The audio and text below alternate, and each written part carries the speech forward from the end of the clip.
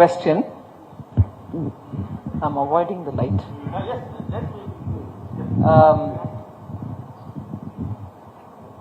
See, much before these 5 schemes put together as one. You please sit down. I just wanted to know.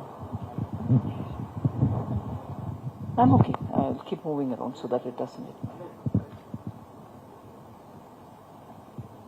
There have been several schemes in the government. Aside from the schemes about which I'll speak in a minute,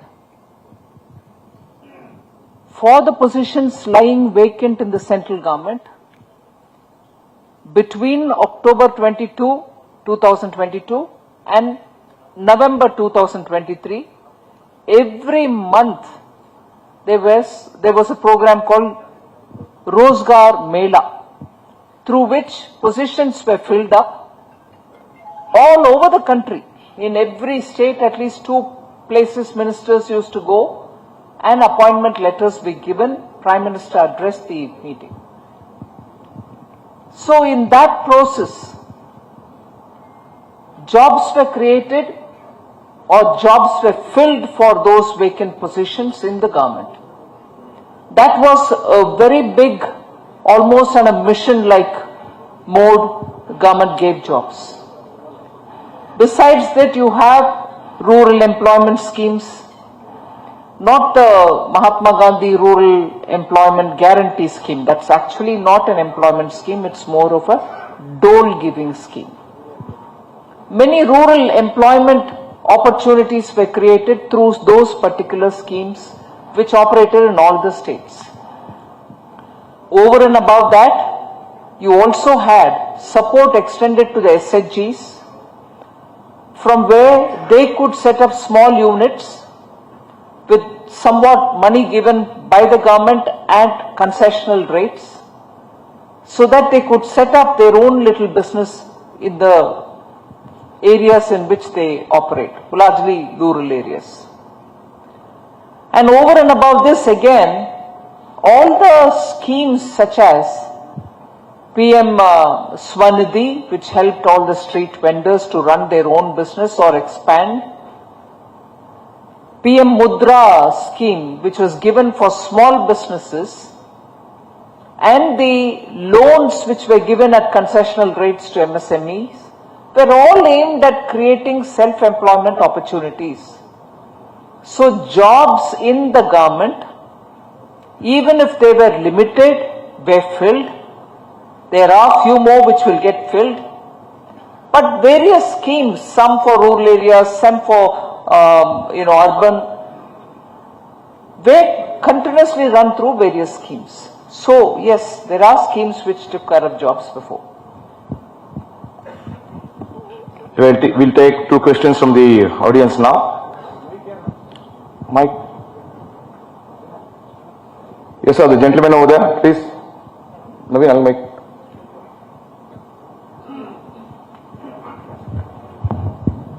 Hello. Hello. Myself Ganesh Pai, I am representing Solar Thermal from Karnataka. See, solar has a 2 divisions, solar photovoltaic and thermal. For a solar photovoltaic division, ma'am, a lot of benefits has been passed. Whereas solar thermal division, nothing has been done past 10 years. So if you can give some kind of incentive, more than 30 to 40,000 jobs can be created directly and indirectly across India. All right, you've given a suggestion, that's fine. One more question, sir, you had something?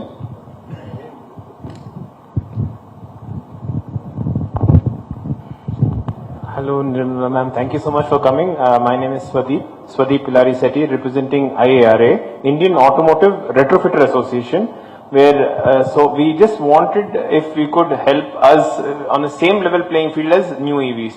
We are retrofitting and converting all the old petrol to fully electric at half the cost of a new EV, same performance. So we have an association already formed. We have more than 1.5 crore kilometers on the road tested. And if we can get HSN codes, which we don't have now for retrofits, and GST dropping from 18 to 5%, and also FAME 3, which is coming out soon, if we can allocate some budget, then we can, this is a 10 lakh crore industry, ma'am. which we feel it can really improve and get 10 lakh jobs created in the next 5 years. We can go 50% electric, not just 20. If this can be done, I'm also the pan. Do give your representation, we'll have a look at it. Please, ma'am, Nirmala. Thank you so much. We have one question from Mr. Sunil Prabhakar, who is a co-founder at Revolt. Mr. Sunil Prabhakar is here? Yes. So I'll read out a question which you have already sent it to me. We are happy that the government is aiming for a 30% penetration of EVs by 2030 and making efforts in the direction. However, the fact remains that we need a very strong EV charging infrastructure to instill confidence in the EV buyer so that we can eventually achieve the 2030 goal. My question is, what tangible steps is the government taking in this direction? I'm asking this because we did not see any direct announcements for the EV industry in this budget. Well, I'm not sure if there were any suggestions to the budget making process which had come on this particular thing. It might well be the case that the ministry is doing something which has yet not reached me. So that's where we are on it. We have one question from Mr. Sitharaman, who's here, who's the past president of FKCC and Associam. Can you arrange to designate Bangalore as a technology capital and arrange commensurate infrastructure development? So, You've given a suggestion. I'll take it up and give it to the respective ministers. I think one question for the ladies, I think we need to, Madam is there and somebody should stand up. Yes, please. Mike. Hello, ma'am. So, I am a founder of a agri-tech company, and I want to first thank you for all the government initiatives that have been added for agri-tech companies. We have also taken some of the grants from the government for the company we have built, and we see that in the last 10 years, a lot of schemes have also come up. My question to you is that there's always a trade-off between a long-term and a short-term strategy, and we build some technology products for the farmers.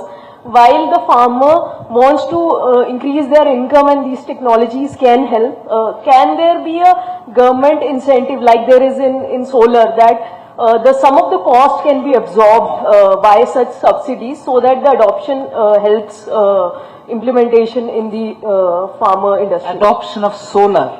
No, adoption of agri-tech products like the IoT products that we build, some subsidies in the budget for the farmers so that they can buy such technologies from us. I'll pass your suggestion on to agriculture. They have to give it to me. Madam, good afternoon. Sir, I'll come to you, sir. I think we need to give chance to somebody who's there right behind. Sir, yes, sir. Come to you, sir.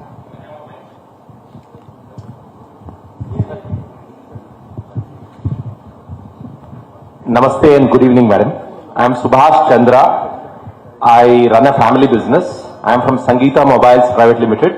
We have 800 stores across 7 states, headquartered at Karnataka. We have 5,500 employees working. These are not franchisee stores, these are our own stores. The question is, I'm facing some problems with regards to, in fact, I was eagerly looking forward to GST because VAT was very cumbersome. So I'm happy with GST, but I have a problem. When we have more than 50 people working in finance and everything is up, very well, bookkeeping happens beautifully. But when we have bought something from a supplier, for whatever reason, if that supplier went bankrupt, if he did not, after filing his returns, if he did not pay the GST, now that has become an issue on me, and the input GST has been reversed, and I have been penalized and interest, and it's about 30 lakh rupees. So I would request your comments on that. GST Council is discussing this. Hello. Yes, sir. So I'll come to you, sir. We have one from FKCC. I'll come back to FKCC in a while. Fine, we'll come to that, sir. Industry bodies. Yes, sir. There's a lady with the mic in her hand. Why doesn't she speak? धन्यवाद Nirmala ji. First of all, namaste Nirmala Sitaraman ji. I'm Chetna here. I'm a small time financial advisor. I have a small question, it may be very childish. Your taxation from 15 lakhs to 50 lakhs is at 30%. There's a huge gap between 15 lakhs to 50 lakhs. People who earn, almost 15 lakhs struggle to pay the EMIs, everything. And the whole load of, the freebies which have been doled out in every state falls on those people also, on us completely, whereas our percentage is very, very low. So, this is my humble request, especially on the long-term capital gain tax. Yes, we are very happy that you've increased the gap from 1 lakh to 1.25, but at the same time, आपने एक हाथ से लिया, एक हाथ से छीन लिया, 12.5%. Oh, wait a minute. Because from the many things that you've added into your question, I'm not able to pick and choose, but one line I can understand, that I'm taking taxes and paying for people who are not paying taxes. Yes, ma'am. Am I right? Yes, ma'am. Governments are giving freebies and you're voting them in. Sir, ma'am, freebies only for those who don't pay the tax, not for those who are paying tax, on time. No, and also, sorry, I didn't get you. ma'am, freebies are given to those who don't pay tax. That's what I'm saying. Yes, so that's what I'm asking. Those also don't vote also. Those who don't vote, you also, I'm not sure. And it really hurts, Okay. Shweta madam, we'll move on. Thank you. Yes, sir. The gentleman over here.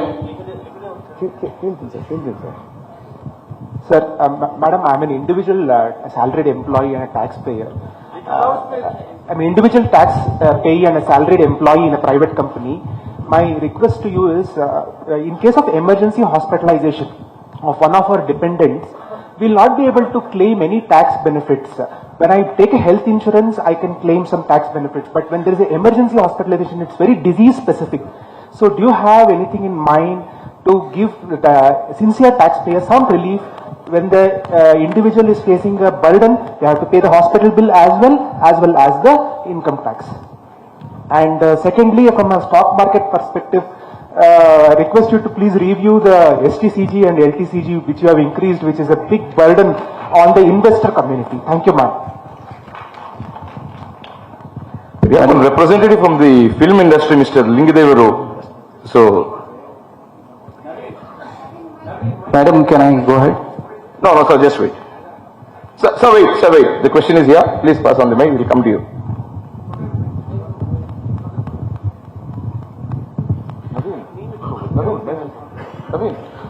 Thank you, madam. I am Lingadevaru from Kannada film industry. I am a film director, and I wanted to know what is there for film fraternity in 2024 budget. And one first question, and there are welfare schemes for art and culture field, and film industry is not considered under art and culture. So I request you to film industry to consider under art and culture for welfare schemes. Yes, sir. And I didn't answer for what is there for film fraternity in 2024 budget. I didn't see anything for a film fraternity. It wasn't part of my speech. Yes, sir.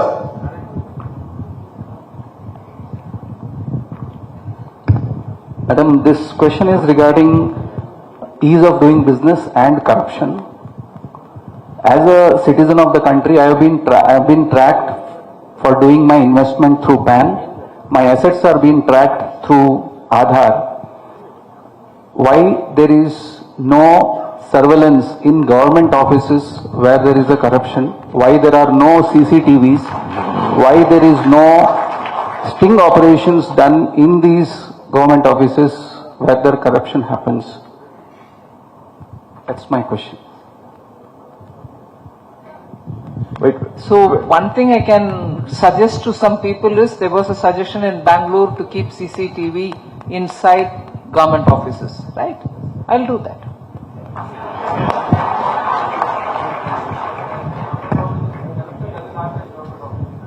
Sir, please, we'll take it. Somebody from Kasi has been waiting for too long. We'll take it here. Madam, good afternoon. I am Suresh Sagar, representing Karnataka State Small Scale Industry Association as a General Secretary. Madam, at the very outset, you brought two cheerful things. One is that 3 lakh crore fund allocation for the women and brought down the gold price also.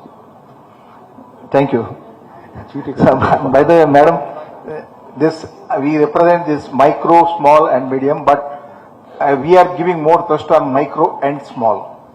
Here we don't come under many of them, like even there is a factory which less than 10 people, employed less than 10, some of them 15. We don't come under the given PF Act also, many of the micro industries. So what I would request is that, madam, if you could form a separate act for micro and small, that would definitely help us a lot, because you know very well that, for example, I can say Karnataka, 90% of the industries fall under micro and small. So this is my request, ma'am. And 43B, we don't know the status of it, since there's no mention in the budget. And this, apart from 43BH, I think, madam. I think he's referring to 43BH. 43BH. No, that's okay. There was no mention in the budget, Yes. so. Yes, madam. And another thing, madam, the cement also, it comes under GST, but 28% there's a tax on cement, which is a very essential in the construction industry. And this CIBIL, this credit scoring, madam, we are referring only a foreign company. You know very well that CIBIL belongs to a TransUnion of American company. And many other 2-3 scoring agencies are there, like Experian and Highmark and all this. But they don't belong to Indian, they don't belong to India at all. So I would request you to form a credit scoring agency, either by the Government of India or the Reserve Bank of India, so that we'll have our own. Why another fellow should maintain our Indian borrowers' data? This is my request, ma'am. And apart from that, this capital gains for the borrower. Sir, I think we'll keep it short. We have to give opportunity to hundreds of people there. Okay. Anyway, I wanted to thank madam for the Mudra loan. Brought it to the 20 lakhs from 10 lakhs. Thank you, madam. Thank you very much. And setting up the park of 12 industrial park, we also appreciate that. And at the same time, rate of interest for the MSME should be brought down. This is another request, because the cost is going very high. We are unable to compete in the market. This is the one. And reintroduction of the CLSS, Capital Linked Subsidy Scheme, which was there earlier. Now it is not there, madam. So I would request you to reintroduce that CLSS, Capital Linked Subsidy Scheme. So thank you, sir. Sir, please. Sir, please. Thank you. Madam, please. Good evening. Good evening, ma'am. It's an honor to be here. It's an honor to be able to speak with you. I just have two questions. As a student of economics and someone who's about to enter the formal economy, how should we as fresh graduates assess our role and our future and the role that we can play in the economy moving forward? And also, can we as a country ever be able to spend... Would you mind going a bit slower? Sorry. Just a little excited. What should we as fresh graduates, how do we assess our future role in the economy? How can we integrate our own life journey and our goals with the economy's goals as well? I also have a second question. First, I thought it had 4 in it already. Also, can we as a country ever be able to spend 6% of our GDP on education? Just 2 questions. The first one is rather too personal. So each one of us will have to go through our experiences. So I may not be able to guide on that. I mean, even if there are people who can guide, I may not be the best person to do that. But the second question loses out, or it probably presumes that what the central government spends on education is all that is spent on education as a whole in the country. You should look at each of the state governments which are spending also on education. So the figure may not be the 6 that you're talking about, it will reach closer to some good number. And that keeps growing. So, and I also don't know whether 6% is the best number to arrive. It can be 7, it can be 9. So as the need grows and as the absorption capacity grows, more money is spent. It's not as if I should not reach 6, nor is it that I give 6 today, everybody will be in a position to absorb it. So it depends on various factors. We'll give chance to some last benchers there, because we're not hearing. A very happy evening. My name is Harish R. I represent Kannada Film Chamber of Commerce. Here Mr. Krishna Gowda is the president here. For regional language, it was 100% tax free. After the introduction of the GST, it has become a very challenging for the film creative minds, madam. Regarding this, I request you to see to it that we require once again 100% tax free, madam. For local language. 1 minute. GST probably has nothing to do with entertainment tax, which is within the state.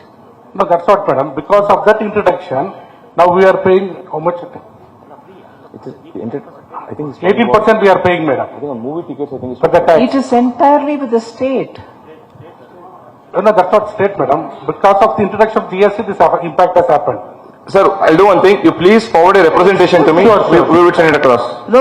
Wait a minute. ಒಂದು ನಿಮಿಷ sir excuse me Sir, please. No, please. ಇರಿ sir ದಯವಿಟ್ಟು ಕೇಳಿ Sir, please.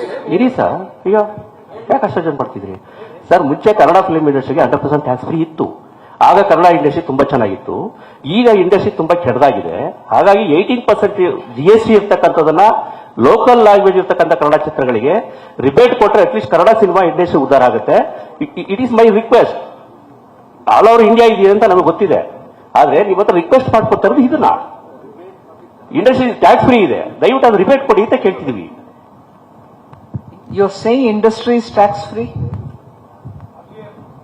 Right?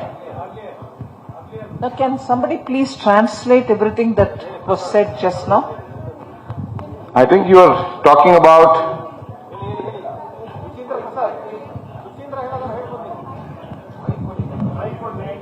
You know, the person who was next to you.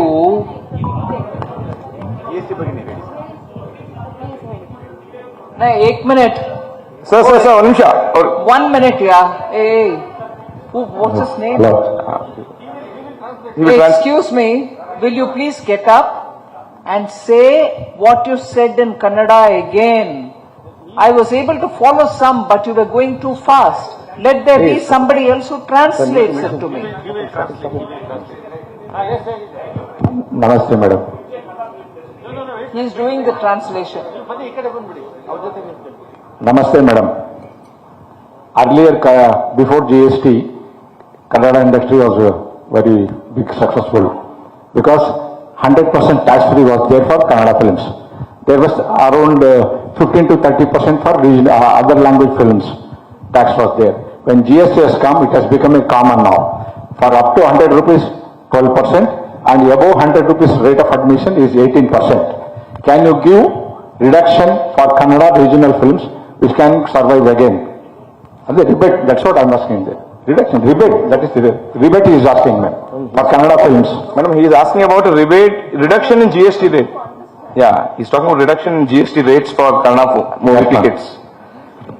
Reduction in GST rates for Kannada movie tickets. Yes, sir. That's a clarity. Actually, let me confess. I'm not sure if the tax are being levied by GST at 12 and 18 differentiated rates. I'm not sure. Let me confess. I'll have to check up. But entertainment per se comes under the state government. That was not subsumed under the GST. So I'll be grateful if you let me know what you're talking about is actually GST or not. One thing. Second, states do tax on entertainment. Like now in Karnataka, that tax has gone up, if I'm not wrong. So on that, the central government has nothing to do with it. So as an industry, I want you to understand and explain it to me in such a way. If not now, write to me. My feeling is it's not under GST. Entertainment is with the state government.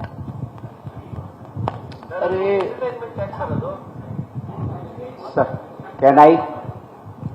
If you know and if you're clear, your Kannada is not understood by the other person. No, can I? Sir ಒಂದು ಕೆಲಸ ಮಾಡಿ ನಮ್ಮ ಕಲೆ ಮತ್ತು ಸಾಂಸ್ಕೃತಿಕದ ಸಂಚಾಲಕರು ನಮ್ಮ ರೂಪ ಏರಿದ್ದಾರೆ ನೀವು ಅವ್ರ ಕೈಯಲ್ಲಿ ಒಂದು ರೆಪ್ರೆಸೆಂಟೇಷನ್ ನಮಗೆ ತಲುಪಿಸುವಂತ ಕೆಲಸ ಮಾಡಿ, ವಿ ವಿಲ್ ಅದನ್ನ ಮೇಡಮ್ ಕೈಲಿ ಕೊಟ್ಬಿಟ್ಟು ನಾವು ಮಾಡ್ತೇವೆ. Sir, can I? Sir, just, yeah, okay sir, please. Yes, Madam. 1 minute. You're all right? You're going to write a representation and send it to me? Yes. Sir, I am Raj Purohit from Karnataka Hosiery and Garment Association and Director FKCCI also. Madam, we have garment industries here. In garment industries there is 2 slab. Up to 1,000 rupees, 5% is GST. Above 1,000, there is 12% GST. See, one nation, one tax. There is one product, 2 tax. We request you to, even all over India also, we have given many representatives. But there is 2 tax should be only 5% because this is roti, kapda and makan. Please consider our demand, number 1. You've given the representation. Yes, sir. Yes, madam. Yes. You've not heard my question in full. How are you saying yes? Maybe you kept somewhere or your office they have not called. I'm asking you if you've given it to the local finance minister. If it is a GST question, I would like the representation from the state finance minister also. So my question is, Yes. have you given your representation to the state finance minister? Yes, madam. That's we have fine, given. then it will come. Yes, we Then have given. Let it come to the GST council. As a We number have 2. Pallavi Shekhar from Confederation of Women Entrepreneurs. Is she there? Yes, madam. Welcome to Bengaluru, ma'am. I am Pallavi Shekhar. Today I am representing 2 companies here. 2 organizations here. One is COVE, that is Confederation of Women Entrepreneurs, and other one is Global Infrastructure Business Community, which is construction industry business community. So always I have been part of this COVE, that is Confederation of Women Entrepreneurs, almost like 10 years now. Apart from that, other women organizations, I am also a brand ambassador. So when I am interacting with other women entrepreneurs, every time we get this exciting, a budget of 1 lakh, budget for women entrepreneurs, and I think this time 1.5 lakh crores, for women entrepreneurs.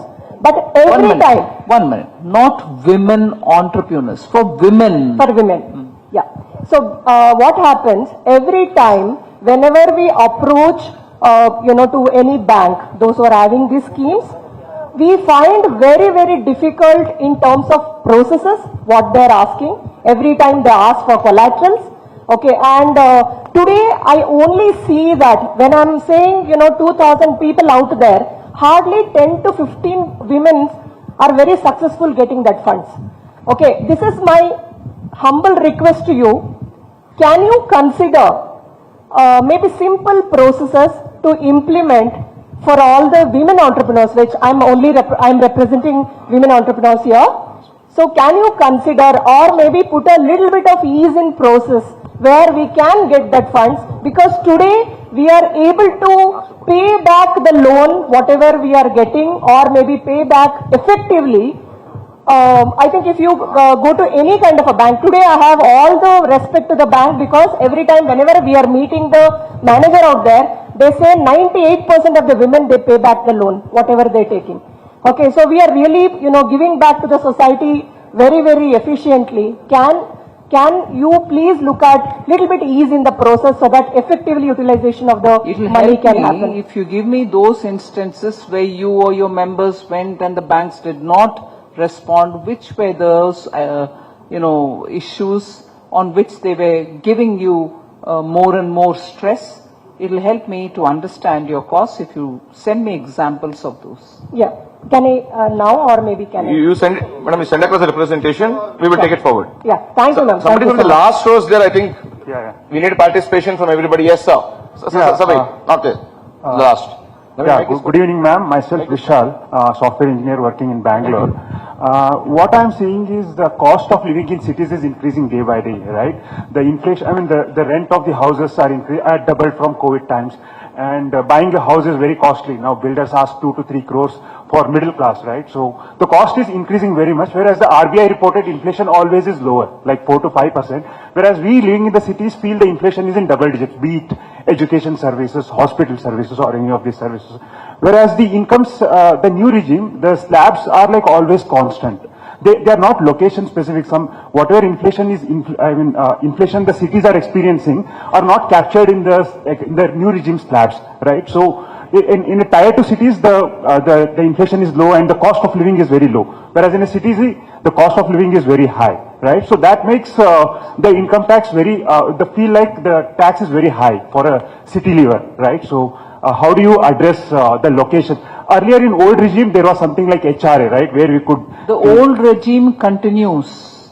But not shut the old regime. I can understand that, ma'am, but the slabs are not increasing according to the inflations, basically. One more question. I have one more question, ma'am. Yeah. One more question is that there are like lot of these derivative traders, ma'am, that has increased rapidly, right? Some of them are doing like full time, like future and options. Some of them are doing full time. And one of the uncertainty is the policy, right? Like where do we stand? The policy, sometimes SEBI chief says something related to FNO, right? And regulator. Regulator, right, basically, yeah. So I think when can we expect a stable policy for futures and options? Just 1 minute, please. What is stability? Are you telling me that it can never be changed? Not like that. Are you telling me that it can never be simplified? Are you telling me that it can never be regularized? When was the last time any change happened? Equally, as much as you're talking about the rates, are we not also talking about simplification of the process? Are we not talking about rationalization and equal treatment for similar assets? So, yeah, I mean, the hope that the wish is that there is for the full-time traders, right? So there is some stability, right, going for us. You're talking about a trader now, as different from you're talking about a salaried person. Yeah, so those two are different. let's. Yeah. Please give your representation in writing. We will forward it. Yes, sir, please. Yeah, sure. Thank you. Good evening, ma'am. Thank you for the opportunity. I'm representing the electronic trading company. I just wanted to understand whether we are, as a government, is announcing anything under the current political situations, like the global situations. Do we are also starting the industrialization with the PLI schemes, because PLI 2 is already done. So are we coming up with PLI SCIP scheme and EMS 2 is done. So do we have any notification on that for the next electronic industries? Any opportunities for the setting up of manufacturing in India for the global trend? I thought we are talking about Make in India, Atmanirbhar India, FDI policy being made more and more simpler, more and more open. So all these are for manufacturing in India. Very much.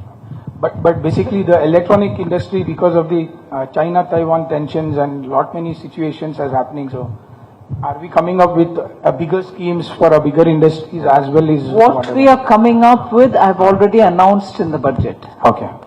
Thank you. Yes, sir. I think you've been waiting for so long patiently. Yes, please go ahead. Thank you for the opportunity given. Madam, I am Radhakrishna Adiga, representing from Bengaluru Hotel Owners Association. Last time also I have come with the same question. The Reserve Bank is not giving us the change, first of all. Second thing is the 10 rupees are done with the bankers are dumping on us, which is public is totally refusing to take. We are facing every day big fight in the hotel. Thanks to UPI. Say that again. 10 rupees coins are not accepted all over the hotels in Bangalore.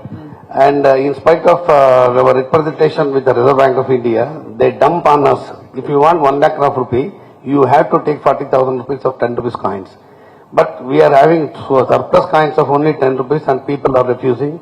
Every day we are fighting with the customers. I'll take your case up with... And thanks to UPI, yes, the lady over there. Yes, madam, please. has been reduced.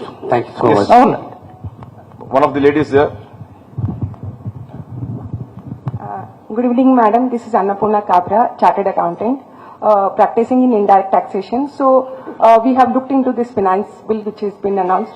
So we are thank you for this amnesty scheme which has been pronounced and lot of relaxation through ISIS basis for like hostel industry. Only the issue what we are facing today in the industry is the people who have paid it without going into litigation. I think those entities are saying if we can come out with a refund scheme in Section 11A, I think that can be beneficial to this community. So this is one of the suggestion, ma'am. And second is, I think around today in the media also it is going on for this millers which is going on for the packaged about 25 kg because that exemption was given. Packaged commodity for this rice millers, dal millers. I think if you can give some point, it will really help all the millers. Thank you so much. I think, sir, Madam Professor Ravindra Reshme has been there for some time now. Namaste, madam. Don't you think guarantee card politics of Karnataka, Katakat 8,600 economics of Uttar Pradesh, are they not affront to established practices, principles and the ethics of economics as well as political management of public funds? I'm not sure I'll be the most right person to talk about it. The person who should talk about it is the one who's brought that policy. But madam, with the Reserve Bank and currency note printing press at your command, what if Government of India also joins this competitive populism and print notes and distribute it to your voters? Where will it lead this country to? But are we doing that? No, if at all. So far, mercifully, I have not yielded to that temptation. Thank you for that. Madam, Sajjanraj Mehta on behalf of traders, madam, here. Madam, you are well aware that crores of traders are the biggest supporter of BJP government. But sorry to say, regarding this MSME 43BH, traders have been neglected to just please the MSME. Please look into it, madam. And not only textile and garment industry, all the industry. We are also affiliated to FKCCI, CASIA, CMI, each and every association, let it be CIT. Each and every association has demanded for that, madam. And in your Ludhiana speech, during public debate also, you have given some assurances. So regarding 43BH, we will be very pleased if you look at it very reasonably, madam, please. No, what is it that I have to do? 43BH, see, only MSME people are getting the benefit of 45 days payment, while we, the traders, are the biggest sufferers. We, the traders, are being, the payment is getting delayed. Earlier it was coming in 90 to 120 days. Now it is coming 6 to 9 months, madam. So we are the worst sufferers. And definitely, madam, if this trend continues, crores of traders will be unemployed. And already the list of the unemployed in India is huge. And if it continues, definitely it will be more, madam. Please have a reasonable view, madam. Will you allow me to understand the please. issue? Can I ask you a few things? Yeah, please. You also want to be covered under the 45 days rule? Yeah, 100%. I'll pass this on to the ministry concerned because for traders... If traders also pass it, definitely we will accept it, madam. I'll pass it on to the Department of Industrial Policy and Internal Trade. I'll pass it on to them. Thank you, madam. Thank you. Madam, we have somebody from Solar Thermal Federation of India. Yes, sir. Good evening, madam. I am Surendra Kumar. I am the president for Karnataka Renewable Energy Manufacturing System Association. Madam, presently for solar rooftop program, the 75,000 crores are keeping for solar photovoltaic. But solar water heater is a part of the solar rooftop also. It saves 40% of electricity of each household. And each one solar water heater saves 1.5 ton of CO2. And reducing our carbon-free footprints and also net zero activity. But the renewable energy policy, it is totally neglected of solar water heater. But I would like to give one suggestion, madam. Karnataka state, we are... Let me understand this. It excludes solar water heaters. Yes. Is that what you're saying? Yes, madam. In solar rooftop program, solar water heater is regulated and not included in the renewable energy policy. That is one thing. But solar water heater,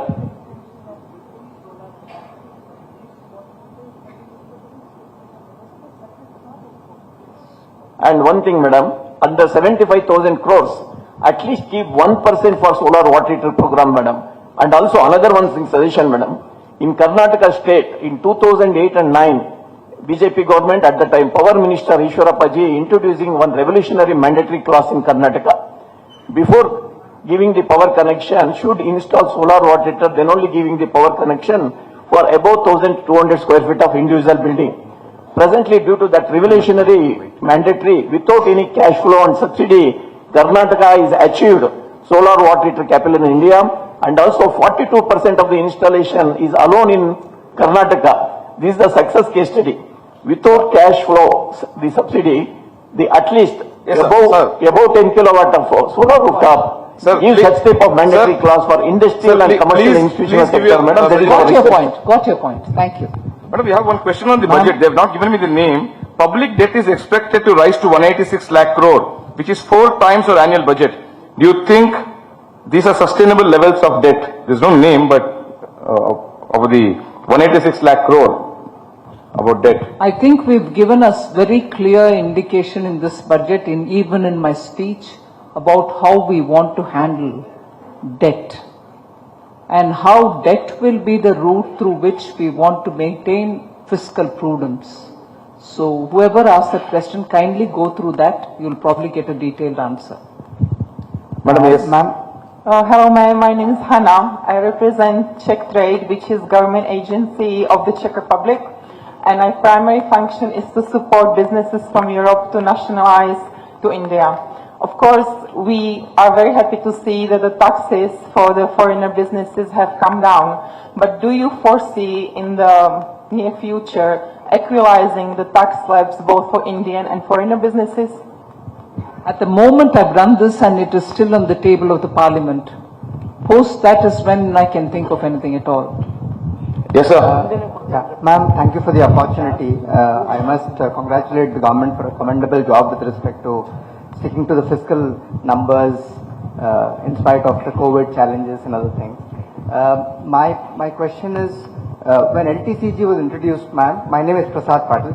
When LTCG was introduced in the year 2018, which is 10% of capital gains on sale of equities, it was grandfathering was allowed. Similarly, when last year indexation for debt fund investments were taken away, the change was effective from then on. Right, all older debt fund investments continue to enjoy the benefits of indexation. Similarly, can we look at an allowance of allowing indexation for real estate investments up until 2024, ma'am? Because, I mean, the way I see it is property bought post 2001, all the gains that have accrued till date, in a lot of cases, especially if the property has not delivered returns, you end up paying a lot higher without indexation, even at 12.5%. So if you could please look into this one.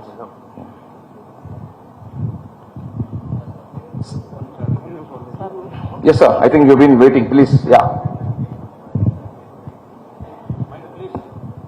Naveen, get the mic here.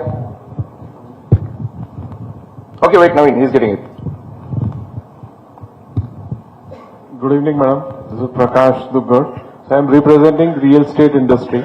So from long time the industry is demanding for the industrial status, which even though they are contributing around 10% of the GDP and the second largest employment provider, but those things means industry status is not still given. Plus 80 IBA benefit which was given to the industry earlier to means promote this affordable housing, which is also not extended.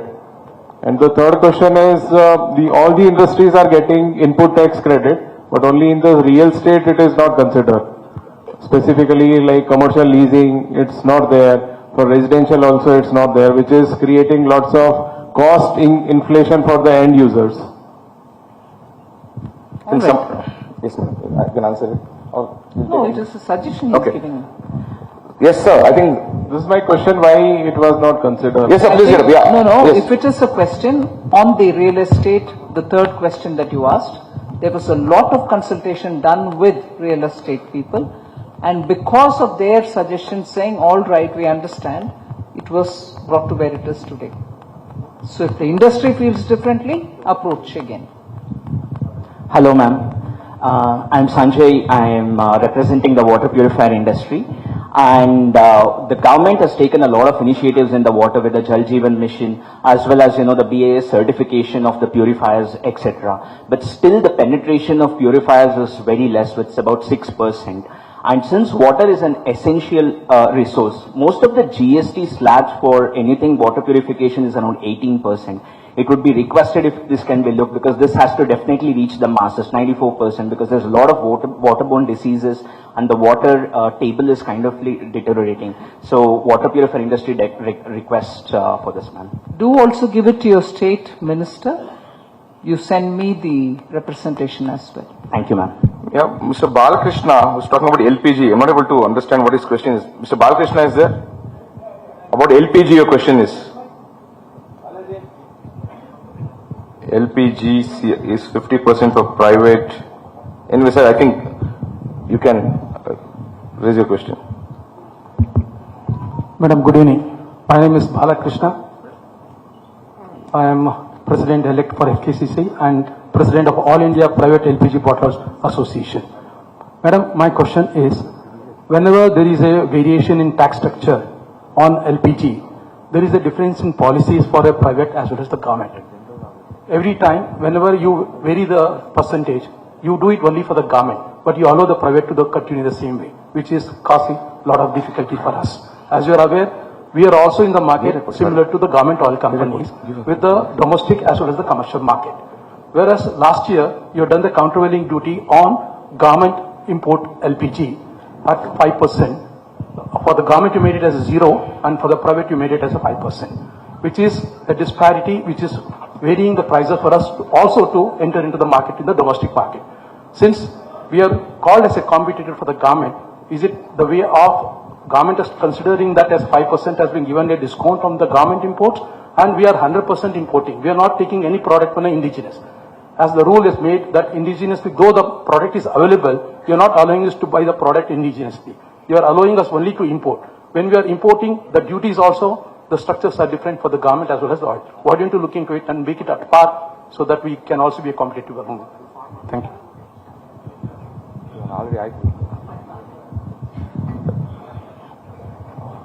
Somebody from the last. Yes, sir, please.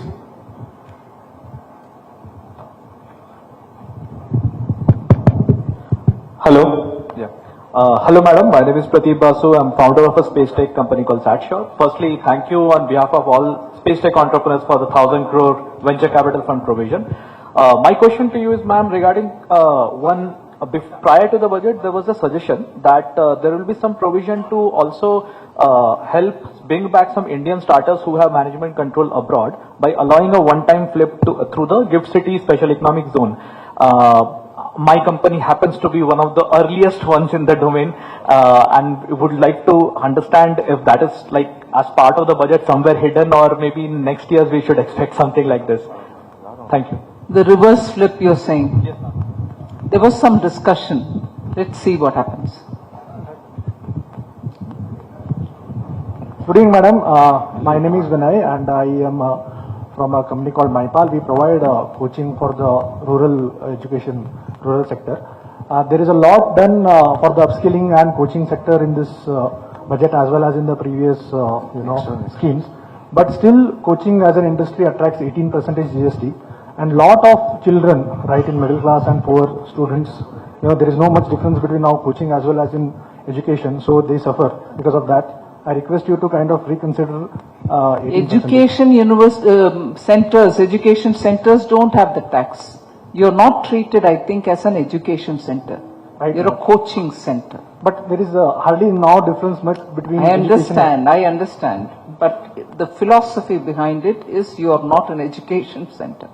That's where the problem lies. Unless the perception changes on it, I don't know if the GST Council will handle it. We have Chandrasekhar, a farmer here. Okay, thank you. Mr. Chandrasekhar, who is a farmer. Please go on. Hi, madam. Namaskar. So, I'm Chandrasekhar. I'm qualified company secretary. I'm a farmer's son, ma'am. So, whenever I go in my native, So the banker will give loan on the basis of the stamp duty of our land. So when we consider our land stamp duty, it will be 50,000, ma'am. So when I check with the NLLM scheme, that is National Livestock Mission is there, no? So when I check with that scheme will be for 25 lakh, 50 lakh, 75 lakh, 1 crore. So when we go for a bankers, they are telling, when we go for NLLM scheme, they will tell that at least 25% from the bankers loan. So when we check with the bankers, I tried almost 20-25 banks, ma'am. They're not, and also I'm a company secretary, I'm telling them I will give you blank check to you. I'm getting salary also, and because of my brother, I will give blank check to you. Please give me some money. You will do that, this thing, NLLM scheme. So, means we are having a huge vision on our agriculture, and because my father is a farmer, so we are having a very passion about agriculture, ma'am. So that's why, so I requested Nirmala Sitaraman ji to do some reforms in banking sectors. Rural banks, they will consider for the loan purpose only stamp duty value. So if I having 10 acre of land, they will give only 5 lakhs, ma'am. So if you consider for that, increase the stamp value of agriculture land, or so tell the bankers to give the loans for the farmers. So in the concession rate, or in a way, they are not considering that stamp duty, ma'am. All right, we'll see what we can do on that. We have one question here. The government has set a disinvestment target of 50,000 crore. What are the key public sector undertakings targeted for disinvestment? I think this is from Mr. Kore. Disinvestment of 50,000 crores, and his question is, which are the public sector undertakings targeted for disinvestment? See, the cabinet some time ago had approved quite a few public sector enterprises which can be disinvested. From among them, some are ready and some are yet to come to the point where I can take some call on them. And they are across sectors. So we've given that, but each time we don't add the list of those companies for which cabinet approval has been obtained. So we'll pick and choose from the list and go according to, say, the market or the readiness of the company. When I say readiness, it's not just yes or no from the company's bosses. Good evening, ma'am. My name is Suhan Mukherjee. I work in the area of regulatory reform. I'm trained as a lawyer. You had mentioned that we are going to look at the Income Tax Act comprehensively and to simplify that. Would you have a timeline that you're looking at for that? And there was also a draft direct tax code which was there a couple of years ago. Would you use that as the starting point for the reform? We've given 6 months. In the speech itself I mentioned we are giving 6 months for that work, and it will be up to the committee to see what in what way they want to handle it. Okay, thank you. Madam, we'll take the last question, the lady here. Madam, yes? It's 5:45 and Madam has a flight at 7, so please. Hello, Madam. Ramata, please be seated. Thank you for the opportunity. My name is Dr. Rupa Patwardhan. I am an assistant professor. I am representing education sector. In the times of challenges in labor market like artificial intelligence, you have brought internship as a hope to our yuva. But you have made it voluntary for top 500 companies under CSR. How far this will be impactful is my question. Given all the industry people also here, I don't know how far they will be interested in doing CSR as internship and doing with unemployment as a problem. How much they will be interested, I'm skeptical. That is first question. Second question, in the budget document, when I look into the word green or environment, it appears only a couple of times. And given the growing disasters which we see with environment, so what is the vision around Vikasit Bharat for environment in the budget? These are my two questions, ma'am. Thank you. Before we announce the internship program, extensive consultation with the industry has happened, and it is after they have indicated that we can implement it, we have announced it. So that is one thing. Second is on the environment. Okay, you may count the number of words which have been mentioned, but there are lots of activity on environment and climate related. For instance, even the climate resilient seeds which we are coming up with, 109 of them, are all reflective of our interest in climate action. And only yesterday, if I know right, even the Home Ministry, which deals with the National Disaster Relief Fund, has also come up with a comprehensive approach towards dealing with disaster-related matters, particularly extreme weather-related disasters. So there's a lot of work happening from our side. The budget speech. The speech may not mention it, but work is happening. Yes, madam, I think we have come to the business end of. I'm doctor this here. Sir, no, sir, I think madam is getting late. Hospitals and healthcare, please give us a chance.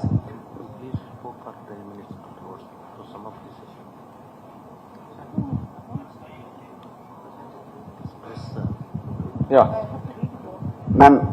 Ma'am, namaste. Myself, sir, I think Dr. Yatish. madam is getting late. Of Private Hospitals and Nursing Homes Association. Ma'am, the only request here is every industry has been considered like, small scale hospitals and nursing homes need to be looked at because lot of equipments are get imported. The import taxes are on the higher side, whereas we won't get the benefit of. I'm Dr. Yatish. I represent as the president of Private Hospitals Association. Particularly, my concern is I'm expressing this on smaller hospitals which are routine nursing homes which are closer to the community, and they are the one they are providing the day-to-day care. The issue what I'm bringing across is there's an investment about 8 to 10 crores investment is happening, but thing is the shelf life of depreciation and pacing up with the update of technology, it is becoming difficult for smaller sector of hospitals. Keeping the tier 2, tier 3 development also in mind, what we can do for small size hospital is something need to be thought of, ma'am. Thing is, we all look for at least about 2.5% of GDP to be on the spend on the health care. Yeah, but health comes both under center and state. What the center can do, I'll be quite happy to take the representation from you and have the health ministry work through it. But beyond that, whatever the state has to do, also the state simultaneously will have to work. I'll be quite happy to take your representation and have a look So at please send it across. You will. Thank you, ma'am. One more. Particularly the geriatric age group for the insurance, ma'am. That is something like Sir, I think, sir, this is not fair. That is something need to be addressed, ma'am. Thank you. Your questions will be addressed by madam. You send us a representation. I think madam has been very patient. She has given 60 minutes of uninterrupted time and answered so many questions. It has not happened for so many meetings that so many questions were answered. We should not have prepared questions. Everything was impromptu questions. And I think we need to give her a big round of applause to our Union Finance Minister, Nirmala Sitaraman ji, for having taken out her time and having spent a valuable time and answered most of her questions. I understand most of her questions might have been left unattended. Please send your questions to the economic cell. We would forward it through proper channel and ensure that we'll get the responses. Thank you. Thank you one and all. Thank you. No, it's okay. I'm fine. Thank you for the question. I'm avoiding the light.